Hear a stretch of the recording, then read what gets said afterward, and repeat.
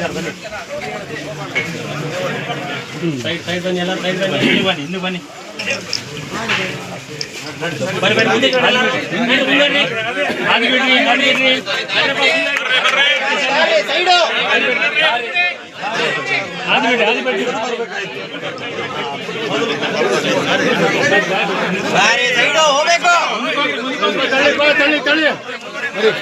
Mobile ಮುಂದೆ ಇಲ್ಲೇ mobile ದಾರಿ ಬಿಡಿ, ದಯವಿಟ್ಟು ದಾರಿ ಬಿಡಬೇಕು, ಸ್ವಲ್ಪ ದಾರಿ ಬಿಡಿ.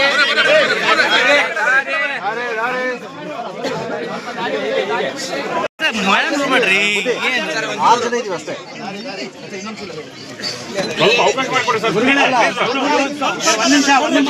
ಒಂದ್ ನಿಮಿಷ ಗುರುಗಳೇ, ಮಠಗಳ ಭಕ್ತರಿಗೆ ಸಂತೋಷ ಆಗಿದೆ.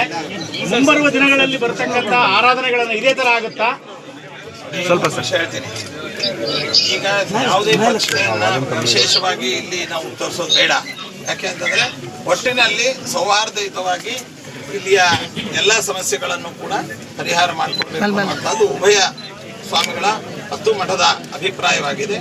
ಅದು ದೇವರು ಮತ್ತೆ ಪದ್ಮನಾಭ ತೀರ್ಥರ ಮೊದಲಾಗಿರ್ತಕ್ಕಂಥವ್ರು ಅನುಗ್ರಹ ಮಾಡಿ ಯೋಗ್ಯವಾದ ರೀತಿಯಲ್ಲಿ ಮಾಡಿಸ್ತಾರೆ. ಕಳೆದ ಬಾರಿ ಮದ್ರಾಸ್ನಲ್ಲೇ ಆಗಿತ್ತು, ಅದೇ ಈಗ ಹಾಗೆ ಕಂಟಿನ್ಯೂ ಆಗಿ ಏನಾಗಿದೆ ಭಕ್ತರಲ್ಲಿ ನ್ಯಾಯಾಲಯದ ವಿಷಯವನ್ನ ಈಗ ಈ ಹಂತದಲ್ಲಿ ಇಲ್ಲಿ ಹೊರಗೆ ನಾವು ಮಾತನಾಡಬಾರ್ದು.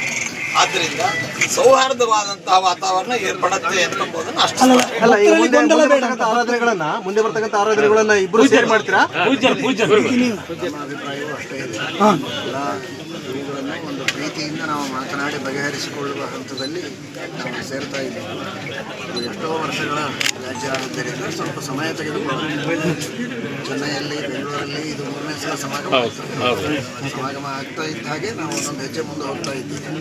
ಅದು ಇದೀಗ ಶ್ರೀಗಳವರು ಹೇಳಿದ ಹಾಗೆ ಅದನ್ನು ಆದಷ್ಟು ಬೇಗ ಎಲ್ಲರಿಗೂ ಒಳ್ಳೆಯ ಸುದ್ದಿಯನ್ನು ತಿಳಿಸ್ತೀವಿ. ಸ್ವಲ್ಪ ಸಮಾಧಾನದಿಂದ ಎಲ್ಲ ಶ್ರೀಗಳು ಹೇಳಿದ್ರು ಸನಾತನ ಹಿಂದೂ ನಾವೆಲ್ಲರೂ ಒಂದಾಗಬೇಕು ಅನ್ನೋದೇ ನಮ್ಮೆಲ್ಲರ ಅಪೇಕ್ಷೆ. ಅವಶ್ಯವಾಗಿ ಶೀಘ್ರದಲ್ಲಿ ಒಳ್ಳೆಯ ಸುದ್ದಿ. ಮುಂದಿನ ಆರಾಧನೆಗಳನ್ನ ಆಗೋದಲ್ಲ, ಈಗಲೇ ನಾವೆಲ್ಲರೂ ಒಂದಿದ್ದೇವೆ.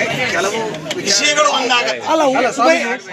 ಉಭಯ ಶ್ರೀಗಳಲ್ಲಿ ಹೊಂದಾಣಿಕೆ ಇದೆ, ಬೇರೆ ರೀತಿ ಗೊಂದಲ ಆಗಬಾರ್ದು ಅಂತ. ಅಲ್ಲ, ಮುಂದಿನ ಆರಾಧನೆಗಳು ವಿಷಯ ಬೇಡ. ಪ್ರಶ್ನೆಗಳಿಗೆ ಉತ್ತರಗಳನ್ನೆಲ್ಲ ಆಮೇಲೆ ಹೇಳ್ತೀವಿ. ಸೌಹಾರ್ದಯುತವಾಗಿ ಮುಂದಿನ ಆರಾಧನೆ ಬೇಗ ಆದಷ್ಟು ಬೇಗ ಸಮಸ್ಯೆ ಎಲ್ಲ ಸೂಕ್ತವಾದ ಪರಿಷ್ಕಾರವಾಗುತ್ತೆ.